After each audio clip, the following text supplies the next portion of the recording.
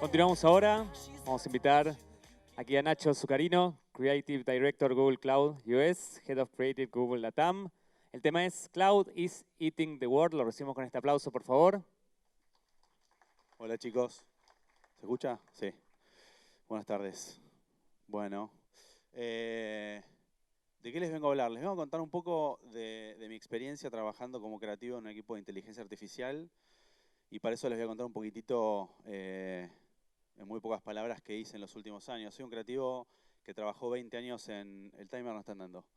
Que trabajó 20 años en agencias creativas. Empecé a trabajar en Google hace más o menos 5 años y estuve trabajando en diferentes países y hace como 3 años volví a Argentina y cuando volví a Argentina empecé a leer bastante de inteligencia artificial, empecé a leer bastante de machine learning, me interesaba por curiosidad aprender del tema y de repente empecé a darme cuenta que dentro de la propia Google se empezaba a formar como una, ¿no? Como una especie de remolino alrededor del tema y que se empezaba a crear una compañía que era cada vez más grande y que crecía muy rápido. Sigue siendo la compañía, la fastest growing company en Google, que se llama Cloud y que es una compañía que lo que hace es comercializar las soluciones de inteligencia artificial que inventan diferentes equipos de científicos.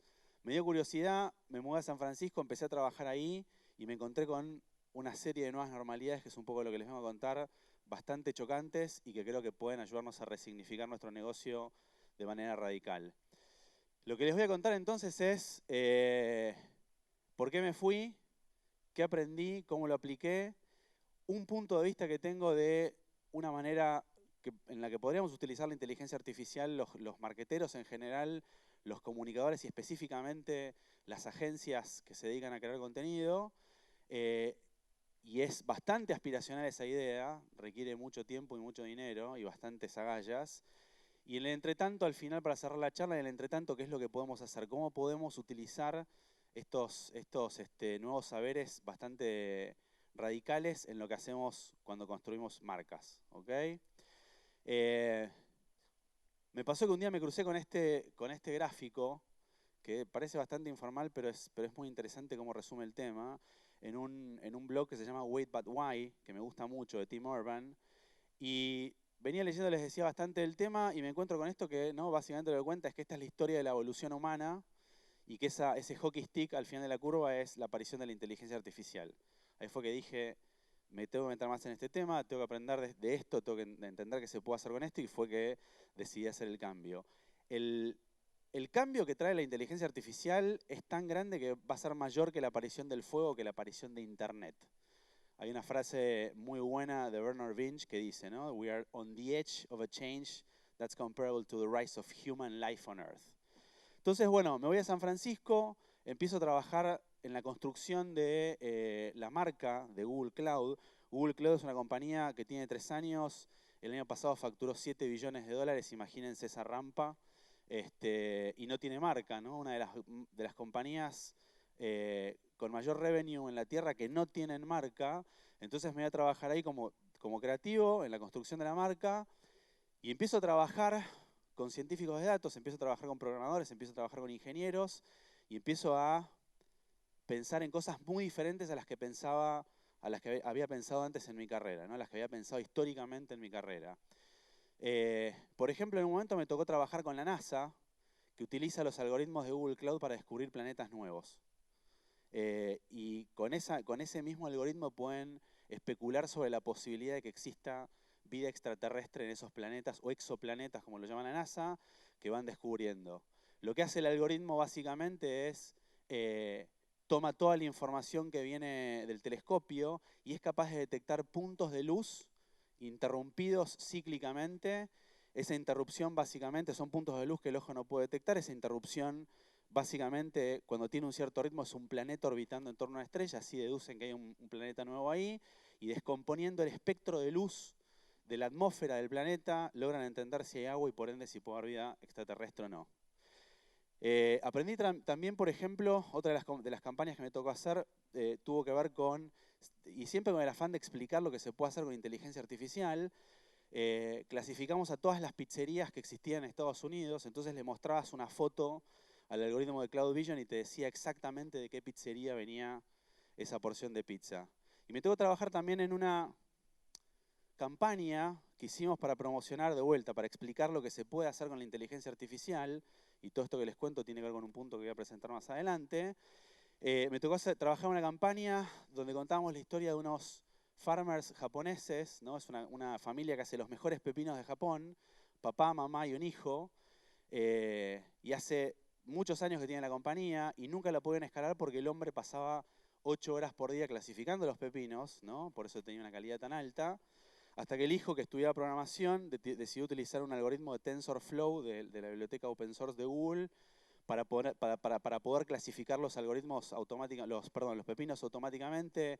La compañía explotó, la producción cambió, etc.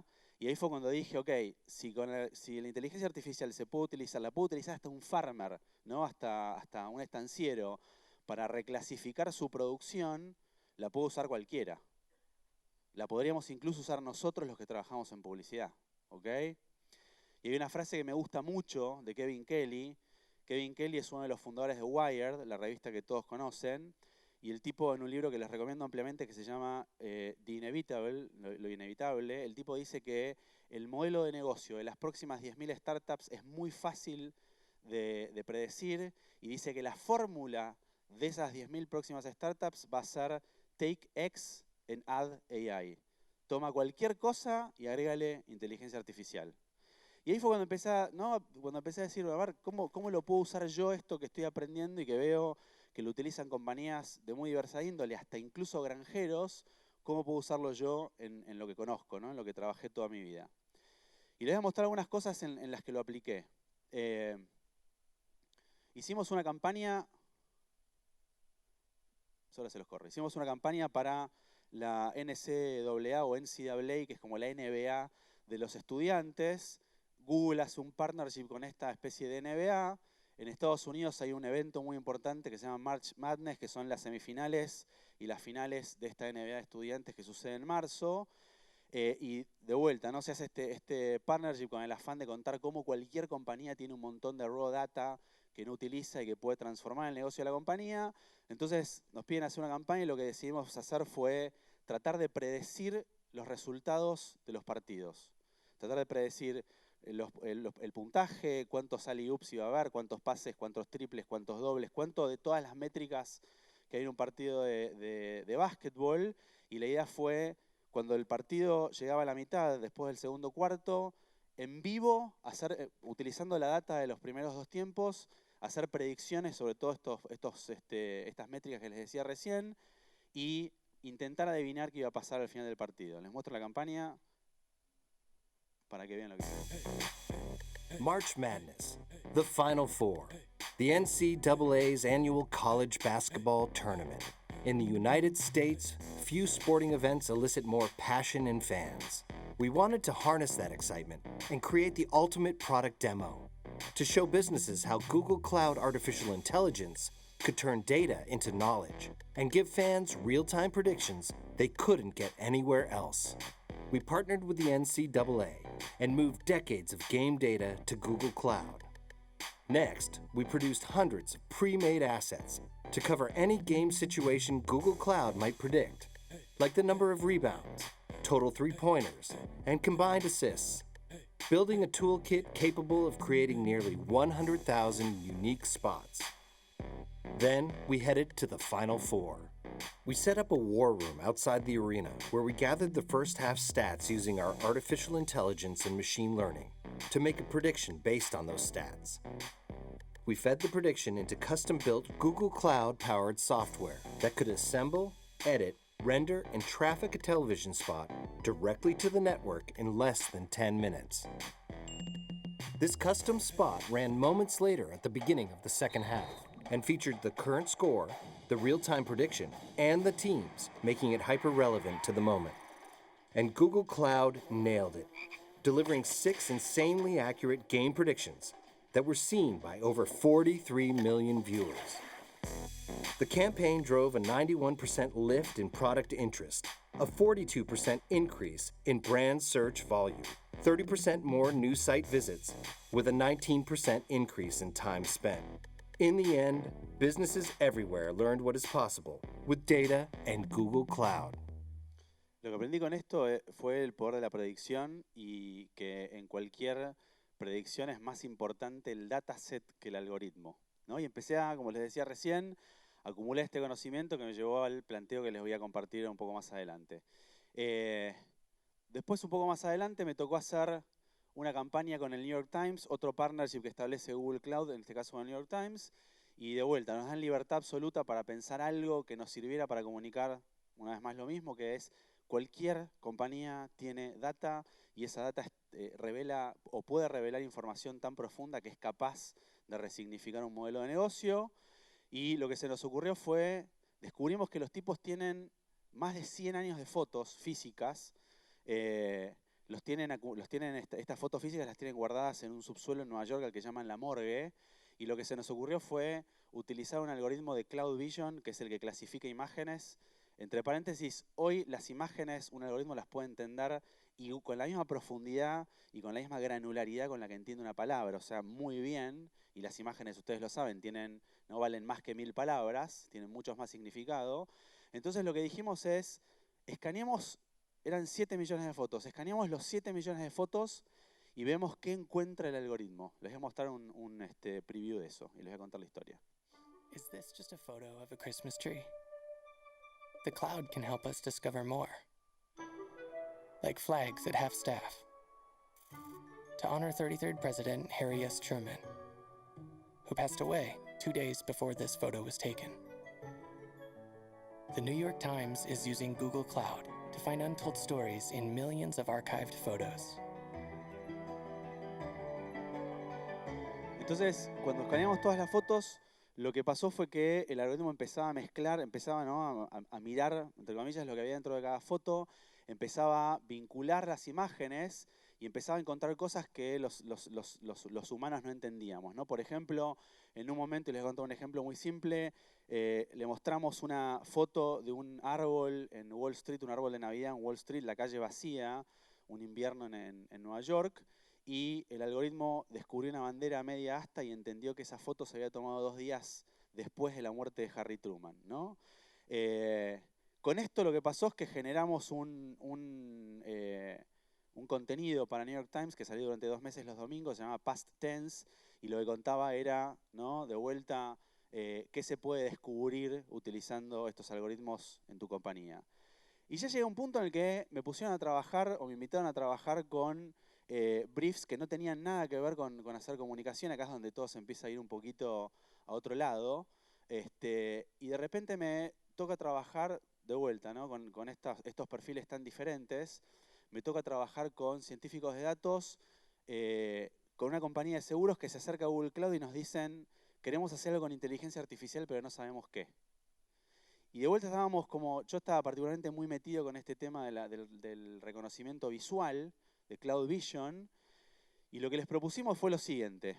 Vieron que, no sé si en Argentina funciona así, pero en muchos lugares cuando chocas con tu auto, te pones al costado del camino, llamás a la compañía de seguros, el otro tipo llama a la compañía de seguros, vienen los detectives, los tipos que hacen la revisión del auto, hacen un assessment del choque, completan el formulario, etcétera, etcétera.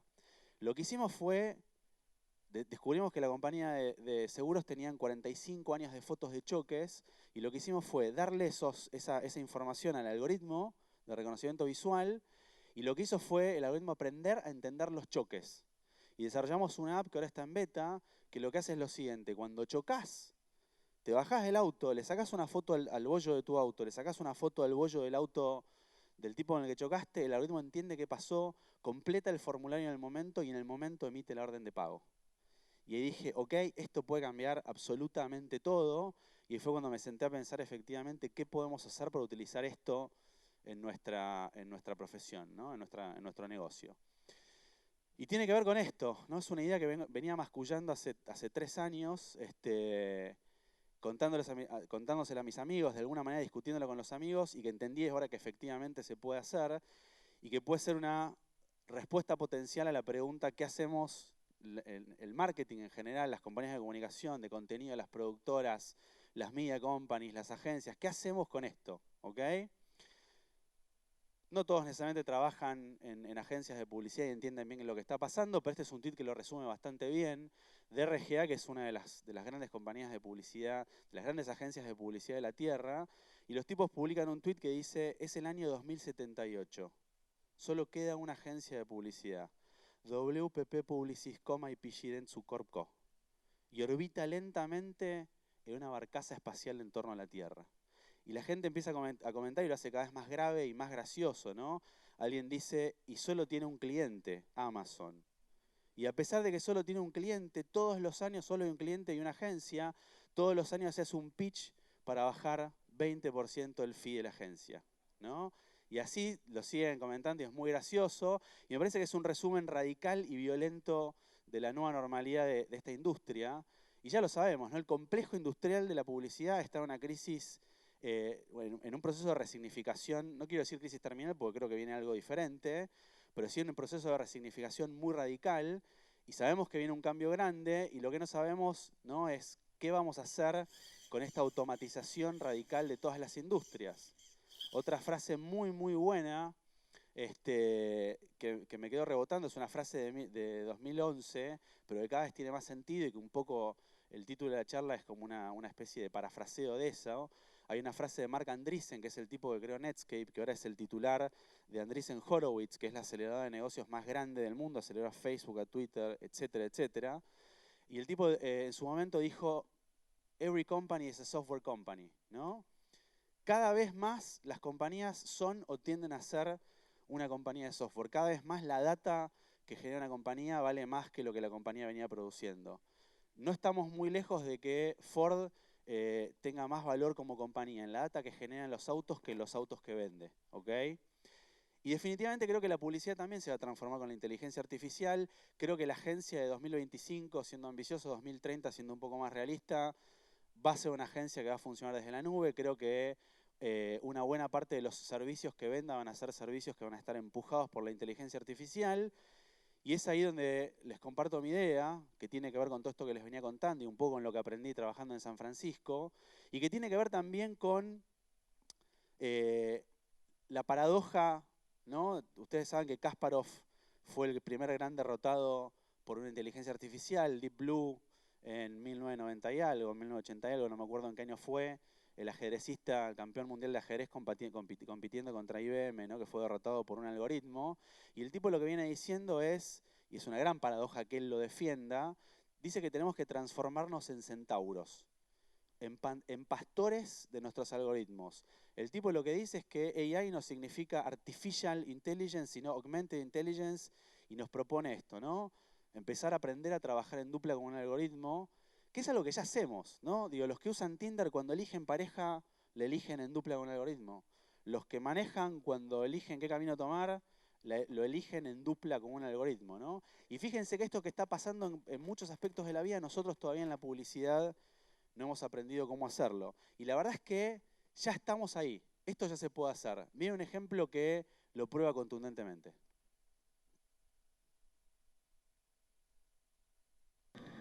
So let's go back to this example. Let's say you want to ask Google to make you a haircut appointment on Tuesday between 10 and noon. What happens is the Google Assistant makes the call seamlessly in the background for you. So what you're going to hear is the Google Assistant actually calling a real salon to schedule the appointment for you. Let's listen.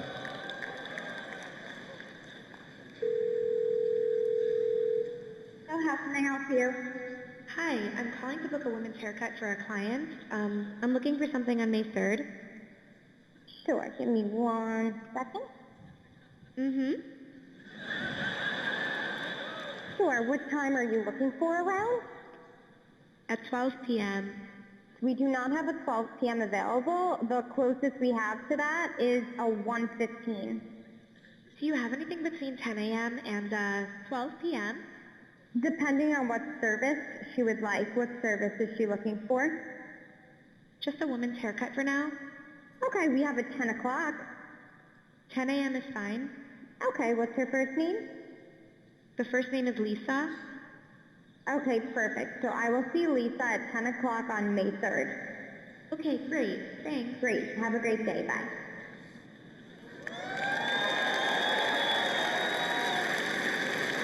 Este es un producto que se llama Google Allo. Se lanzó el año pasado en I.O., que es un evento que hace Google todos los años en el que lanza, ¿no?, nuevas tecnologías.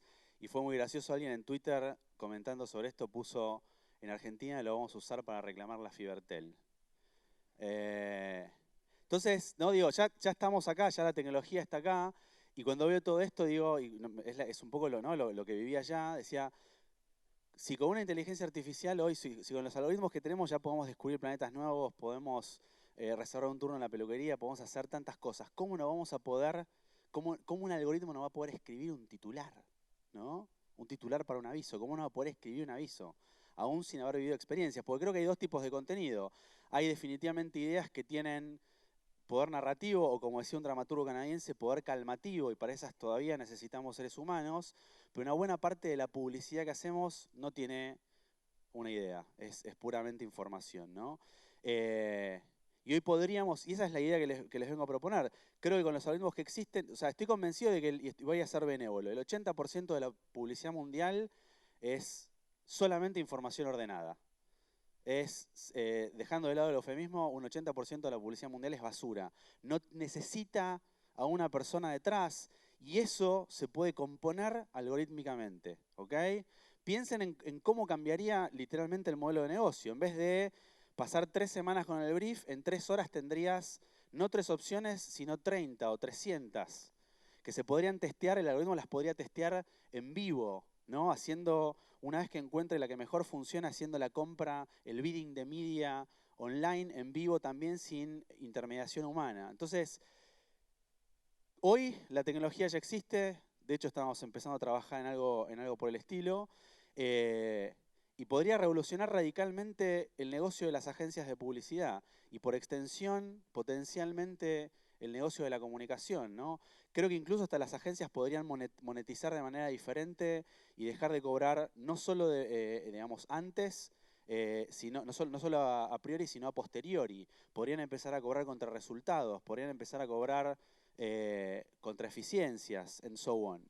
Y la realidad es que, chicos, están pasando cosas muy heavy metal con los algoritmos. Miren esto que se publicó hace apenas una semana, 10 días, y que muestra hasta dónde hemos llegado. Esto es lo que hizo un algoritmo sin intervención humana, y fíjense, presten atención a la cara del tipo que está hablando y se van a llevar una sorpresa.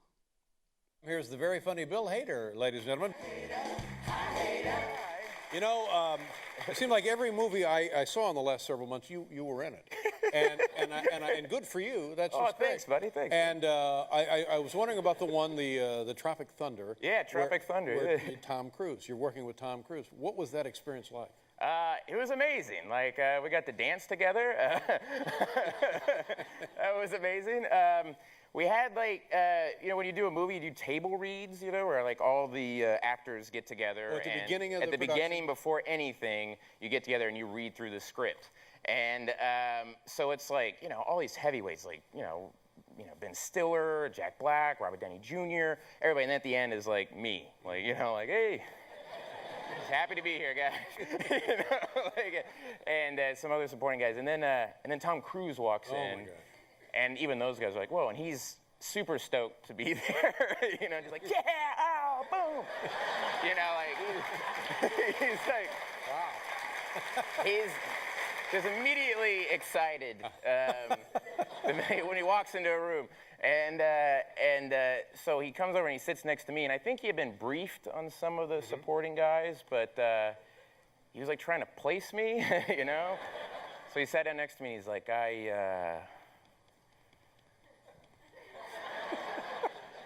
I love your work. And I went, oh, thanks. Sí, no me voy a quedar con esto, es genial, véanlo después. O sea, esto es un algoritmo que le dieron un input que era cada vez que el tipo diga Tom Cruise, tiene que aparecer la cara de Tom Cruise. El algoritmo lo que hace es trabaja con imágenes que están online, no tiene ningún material especial.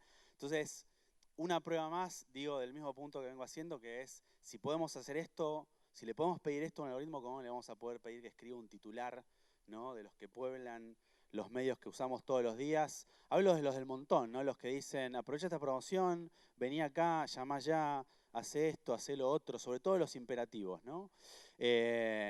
Y eso, como les decía recién, creo que puede cambiar potencialmente el modelo de negocio y creo que podríamos pensar directamente en un nuevo formato de agencia, ¿no?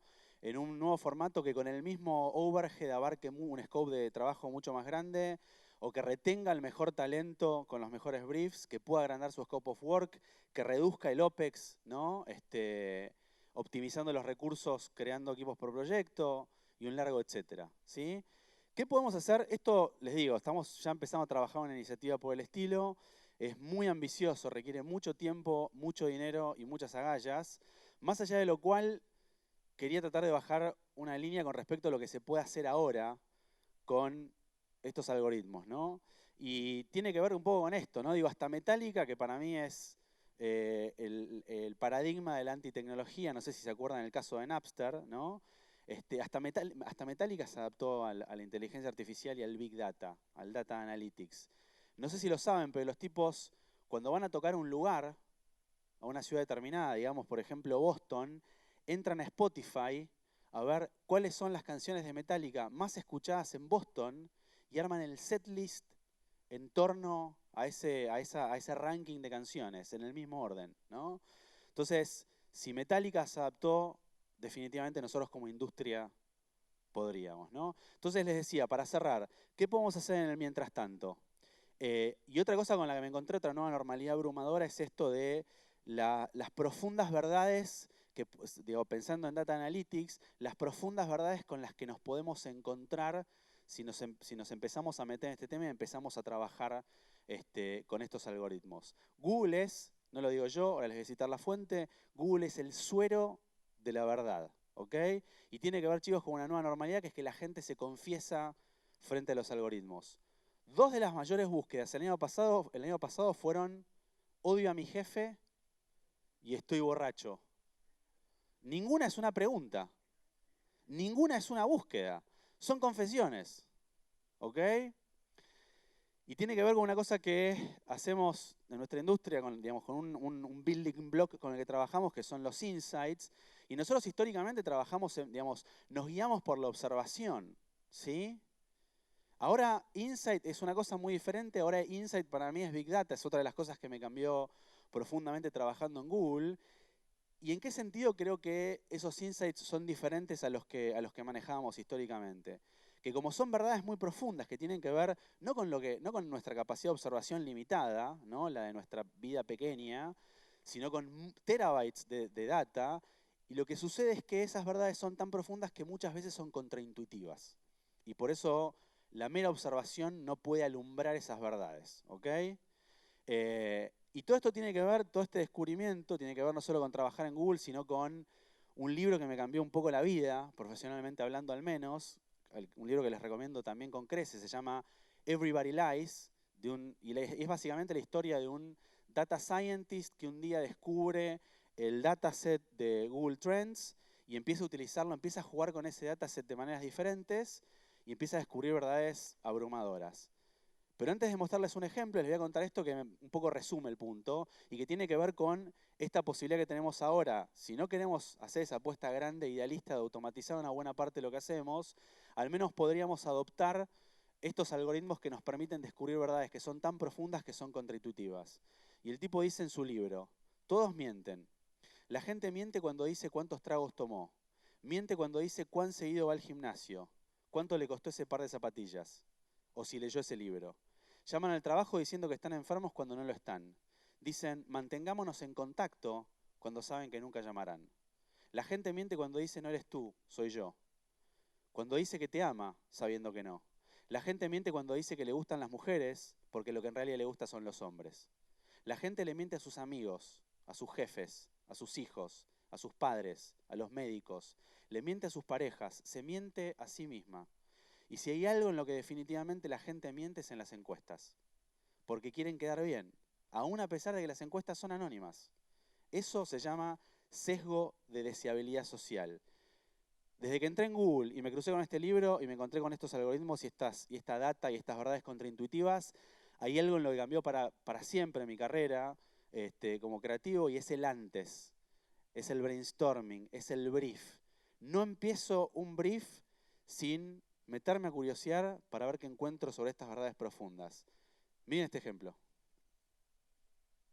Facebook, the digital brag to my friends about how good my life is data, and the Google digital truth serum data. So this is how people describe their husbands on social media and on search.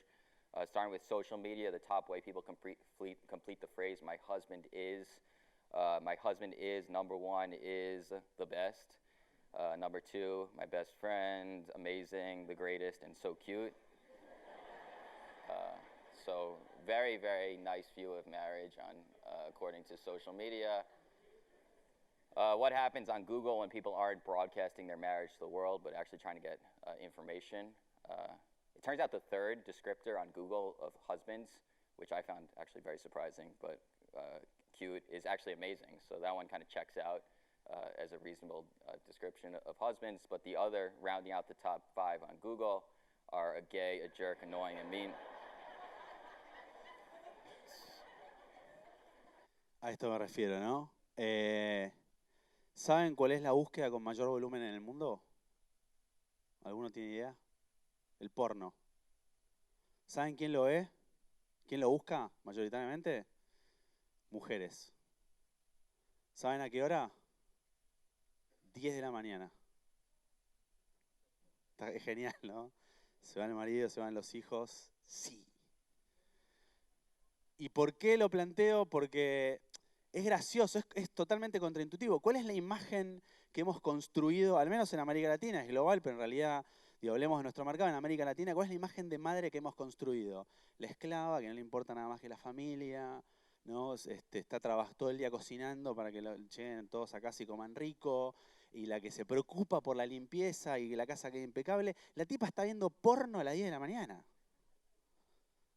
¿No? Es totalmente contraintuitivo. Otro de los ejercicios que hizo Seth Stephen Davidowitz, que es el tipo que vieron recién, lo que hizo fue, decidió empezar a testear, a ver si eran falseables, ese es el término correcto, algunas de las teorías más importantes en los últimos años, ¿no? Y una con la que se metió, tiene todo un capítulo en el libro que es fascinante y es divertidísimo. El libro parece como una especie de stand-up de Big Data, se lo súper recomiendo. Se ríen de principio a fin, y el tipo decide meterse con el complejo de Edipo, que no sé si lo sabían, es la única regla que ha atravesado todas las sociedades humanas que han existido, es la única, inquebrantable. Y el tipo lo que hace es, cruza la data de Google Trends con la data de YouPorn y descubre que la mayor búsqueda erótica en el mundo son diferentes representaciones del incesto. ¿Ok? Entonces, de vuelta, ¿qué podemos hacer con estos algoritmos? Si queremos ser ambiciosos, podríamos perfectamente automatizar por lo menos el 80% de lo que hacemos y eso cambiaría para siempre el modelo de negocio de las agencias de publicidad. ¿Qué podemos hacer en el entretanto? En nuestros mercados castigados, donde es difícil hacer apuestas grandes de tiempo y dinero, y podemos empezar a usar estas soluciones, estas funciones, y podemos empezar a construir nuestro contenido sobre esto. Y para cerrar la historia, chicos, un video que todos vimos, lo voy a dar un ángulo diferente. Creo que somos la industria, más lenta que existe. Somos una industria lenta, perezosa, digo, a diferencia, ¿no?, de que hoy estamos todos acá tratando de aprender. En general es una industria que no tiene demasiada curiosidad, no intenta autoeducarse, somos muy poco ambiciosos. Y por eso ha sucedido que muchas industrias nos han empezado a desintermediar una parte de nuestro negocio desde afuera, ¿no? Y es por eso que creo que tenemos que darle un ramp-up violento a nuestro acercamiento a estas nuevas tecnologías, a nuestro acercamiento a los algoritmos, y somos, para resumirlo y para cerrar la charla, nosotros y nuestra intención de aprender qué hacer con los algoritmos, qué hacer con la inteligencia artificial, qué hacer con el mobile, and so on, somos como estas señoras intentando sacarse una selfie. ¿Será esa la que dice cámara o no? Sí, pero va una. Y ya probó ella. ¿Y dónde aparece la foto? Para acá. A ver la otra. Pero ahora quedó en rojo, así que no sé. Tócala de nuevo. ¿Y por qué querés una selfie? Porque veo lo que nos que nos sacamos las cuatro juntas. En lugar de selfie sacaba una foto. Pero no me saco yo misma, nunca sé dónde estoy. Nos tenemos que poner más juntas. Espera. Pero no tengo dedo para apretar el Tendría que estar más largo, más lejos. Espera, no, porque vos no estás saliendo. Susana, vos no salís. Pero vos... O ponete vos a ver más abajo y hacer no, como más una acá. arriba y otra... Y bueno, que dos se sienten y una, dos paradas. Vení para acá. No, qué inútil, no, yo no salgo. No, dale. Apretá, ustedes tres y después... apretá, Susana, porque no tengo dedo. A ver ahí rojo. A ver si sí. Para mí es muy simple, chicos. Susana somos nosotros. Tenemos que tener un poco más de curiosidad, tenemos que ser un poco más ambiciosos y no nos tenemos que olvidar nunca que si no duele, no estamos creciendo. Gracias.